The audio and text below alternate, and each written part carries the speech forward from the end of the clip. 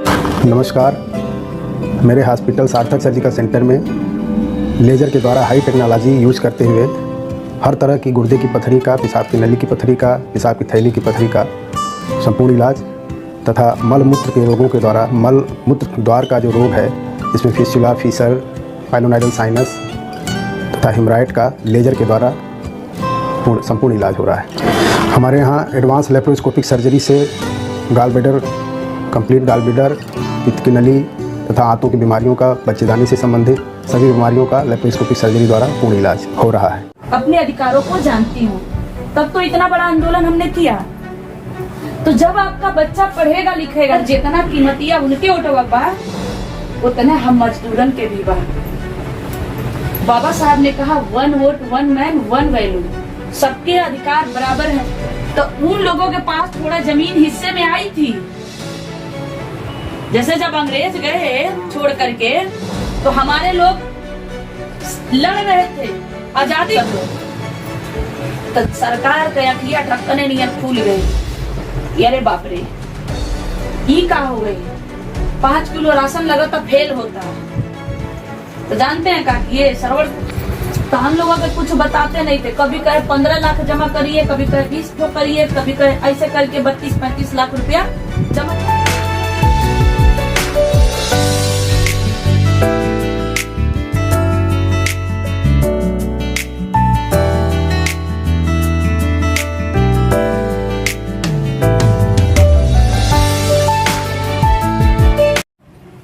हाँ, इतना मैं कहूंगी कि मुझे संघर्ष करते हुए आप लोगों के बीच में, हमारी माँ बहनें थी, और जब 10 अक्टूबर का आंदोलन हो रहा था, तो उस आंदोलन में आप देखेंगे कि कुछ लोग तो पहले चले आए।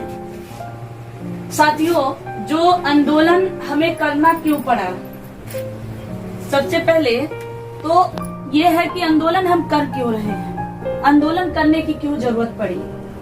क्योंकि आज के जो जितने नेता हैं, जो भी नेता है, मैं किसी एक नेता की बात नहीं कर रही हूँ, किसी भी जाति धर्म का हो, किसी भी पार्टी के नेता हो, सारे नेता सिर्फ हिंदू मुस्लिम का कार्ड खेल रहे हैं या धर्म का, मंदिर मस्जिद का कार्ड खेल रहे हैं। ठीक है, हम उनके बताएंगे तभी थोड़ी ना हम पूजा करेंगे। भाई, पूजा तो हमारे बाप दादा सदियों से करते आए हैं, आपके बताने से थोड़ी ना हम पूजा करेंगे। हमको कोई भी एक नेता नहीं मिलता है, चाहे आप लोग, हो सकता है आप लोगों को मिल रहा हो, कि जो हमारे बेरोजगारी पे बात कर रहा है। कोई कर रहा है? कोई एक नेता ऐसा नहीं दिख रहा है जो हमारे बच्चों के शिक्षा पे बात कर रहा है। भाई, हमारे माता पिता ने हमको थोड़ा बहुत पढ़ाया लिखाया, तभी तो मैं अपने अधिकार की बात कर रही हूँ। और कमिश्नर कार्यालय पे खड़ा होकर के, मेरे पास नौकरी नहीं है, लेकिन नौकरी वालों को खड़ा कर दी थी। भाई, आप लोगों ने देखा ना, वो लोग तो नौकरी कर रहे हैं, लेकिन मेरे पास नौकरी नहीं है। नौकरी नहीं है, फिर भी मैं वो नौकरी वालों को बैठने नहीं दी थी। और कमिश्नर कार्यालय में कमिश्नर साहब 12 बजे के बाद, जब तक हम लोगों की गिरफ्तारी नहीं हुई, तब तक कुर्सी पे बैठे भी नहीं। तो ये कैसे हुआ? क्योंकि मैं थोड़ा पढ़ी लिखी हूँ, अपने अधिकारों को जानती हूँ, तब तो इतना बड़ा आंदोलन हमने किया। तो जब आपका बच्चा पढ़ेगा लिखेगा नहीं, तो आंदोलन की बात ही छोड़िए, अपने अधिकार की बात कर पाएगा? एक बात मतलब बुरा मत मानिएगा, आप में से बहुत सारे लोग पढ़े लिखे नहीं हैं, बहुत सारे लोग पढ़े लिखे नहीं हैं, तो आपको कैसे पता? आपको पता है कि आपको आपका अधिकार क्या है? कुछ पता ही नहीं है। बस हमको यही पता है कि भाई, मैं किसी की बीवी हूँ, किसी की माँ हूँ, किसी की बहन हूँ, खाना बनाना है, अब मजदूरी लगेगा तो करना, खाना सो जाना, इसके सिवा कुछ पता है? और ज्यादा से ज्यादा होता है जब तकलीफ होती है, किसी बात, हर बात में हमें तकलीफ होती है, तो हमारे बाप दादा बड़े प्यार से हमें कहते हैं कि बाबू का करबा, बहनी का करबू, बड़का छोटका तू परस बना कर। हम ये कहते हैं कि बड़का और छोटका मतलब बड़े लोग जो हैं, अमीर लोग, हम गरीब लोग ऊपर से बना कर आए हैं। क्यों? क्योंकि उनके पता नहीं होता है कि उनकी अधिकार क्या है।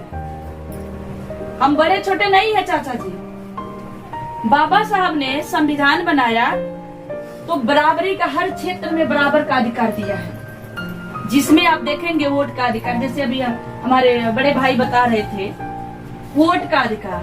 तो आप बताइए, अगर हम बड़ा छोटा होते तो प्रधानमंत्री जी वोट डालें तो उनका 4 गो गिना जाता है, हम लोग डालेंगे गरीब हैं, हम मजदूर हैं तो हमारा 1 गिना जाता है।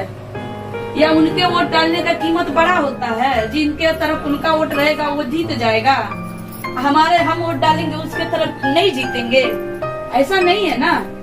उनके वोट की भी कीमत एक ही है, हम गरीब मजदूर के भी वोट की कीमत एक ही है। मतलब जितना कीमतिया उनके वोटवा बा उतना हम मजदूरन के भी बा। बाबा साहब ने कहा 1 वोट 1 मैन 1 वैल्यू, सबके अधिकार बराबर है, सबके वोट का, एक आदमी का 1 वोट सबका बराबर है। तो वोट के मामले में तो हमनी के बराबर हो गई, लेकिन जमीन के मामले में आज भी भारी गैर बराबरी है। केहू के पास 200 एकड़ जमीन बा, केहू के पास 300-400 एकड़ जमीन बा। हम दलित पिछड़े समाज के पास लहसुन गाड़े खातिर जमीन नहीं है। काहे? संविधान तो बराबर का अधिकार दे रहा है ना। तो आप बताइए, जेकरे पास 200-400 या 1000 एकड़ जमीनिया बा, का उनकर बाप दादा पैदा भइल ना तो जमीनिया ऊपर से लेके पैदा भइल है। हमार बाप दादा पैदा भइल तो नंगे हाथ खाली हाथ पैदा भइल। अरे हमारो बाप दादा पैदा भइल तो नंगा भइल है, और उनहु का बाप दादा पैदा नंगा भइल है। बतिया वो अलग बात बा कि उनके बाप दादा पढ़ल लिखत रहना, हमारे बाबा साहब नहीं थे, हम लोगों को पढ़ने लिखने का अधिकार नहीं था। दादाजी को लोगों को पता होगा, या दादी जो है इन लोगों को पता होगा कि इन लोगों के जब पिताजी रहे होंगे तो उन लोगों के पास थोड़ा जमीन हिस्से में आई थी। जैसे जब अंग्रेज गए छोड़ करके तो हमारे लोग लड़ रहे थे आजादी के लिए, अपना खून बहा रहे थे, अपना गर्दन कटवा रहे थे, और ये चोर लोग जाके मुखबिरी करते थे। हम कैसे मारे जाएंगे, कैसे हमारी कमजोरी, वो बताते थे अंग्रेजों को। तो अंग्रेज गए तो उनको जमीन देते गए। अब उस जमीन हिस्से में हमारे आई तो आपको पता होगा दादी वादी को कि बीड़ी के पियाई में, तंबाकू खियाई में, सत्तू पियाई में जो जमीनिया बचल रहे वो लोग अंगूठा लगवा के ले लेंगे। वो जमीनिया ले लेना काहे कि हमरे लोगन के बता देना कि देखा ये 1 2 54 58 कही के इतना ज्यादा पैसा बता देना कि तोहरे ऊपर कर्जा हो गइल बा कि तू तो गुलामी करबा करबा, और आए वाला तुम्हार साथ खानदान गुलामी करी तब जाके ही कर्जवा कटी। ये डर से, क्योंकि हमारे लोग पढ़े लिखे नहीं थे ना, हमारा बच्चा गुलामी न करे, उनको नहीं पता था कि हम अपना गला कटवा रहे अपने बच्चे का। तो अपने बचवन के बचावे खातिर के वो जो जमीनिया उनके लगे रहल तो उनके अंगूठा लगा के दे देना। अब क्यों लिखवा ले का सतुआ पिया के लिखवा ले, काहे से अब हर गाँव घरवा में बाबा साहब के संविधानवा की वजह से पढ़े लिखे ले बच्चे। आज संविधानवा ही खड़ा होता है, जब वो लिखे जाइए तो वहाँ 10 बार वहाँ रजिस्ट्रार पूछला कि अपने मर्जी से लिखा था या जोर जबरदस्ती से लिखा था। तो अब नहीं ले पाई है, लेकिन क्या करी, अब तो हमारे हाथों में जमीनिया नहीं आई। इसलिए साथियों, हम लोग पिछले 3 साल से जमीन के लिए लड़ रहे हैं। 17 दिसंबर 2022 को जब हम आंदोलन किए तो सरकार पहली बार हिल गया।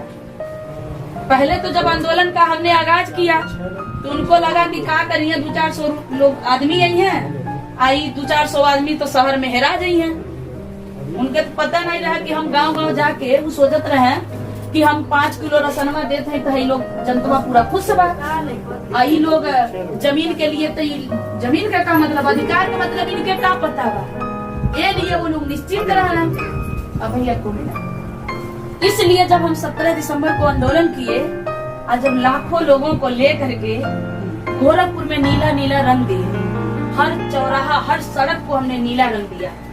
और जिस वक्त हमारी रैली निकली थी उस वक्त एक व्यक्ति को पार नहीं होने दिया रोड। इतनी पब्लिक थी, जगह ही नहीं मिले तो पार कहाँ से हुई है दूसरे लोग।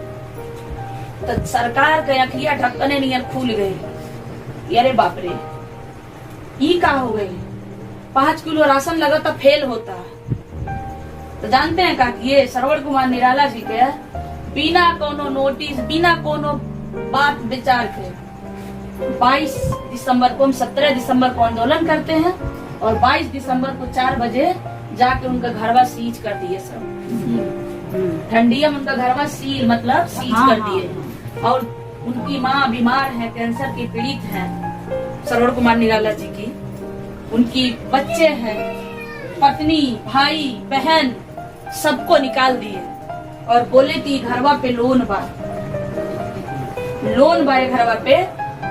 हम लोग पूछने लगे कि कितना लोन है, तो हम लोग अगर कुछ बताते नहीं थे। कभी कहे 15 लाख जमा करिए, कभी कहे 20 ठो करिए, कभी कहे ऐसे करके 32-35 लाख रुपया जमा करवा लिए।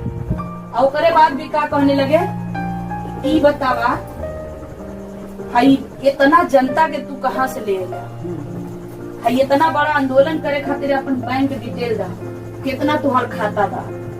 श्रवण कुमार निराला जी कहे कि हम डाका चोरी थोड़ी डालते, बैंक डिटेल लेना, तुम्हारा बैंक अकाउंट जितना अब पता कर लीजिए कि कितना पैसा है, कहाँ से आता है क्या।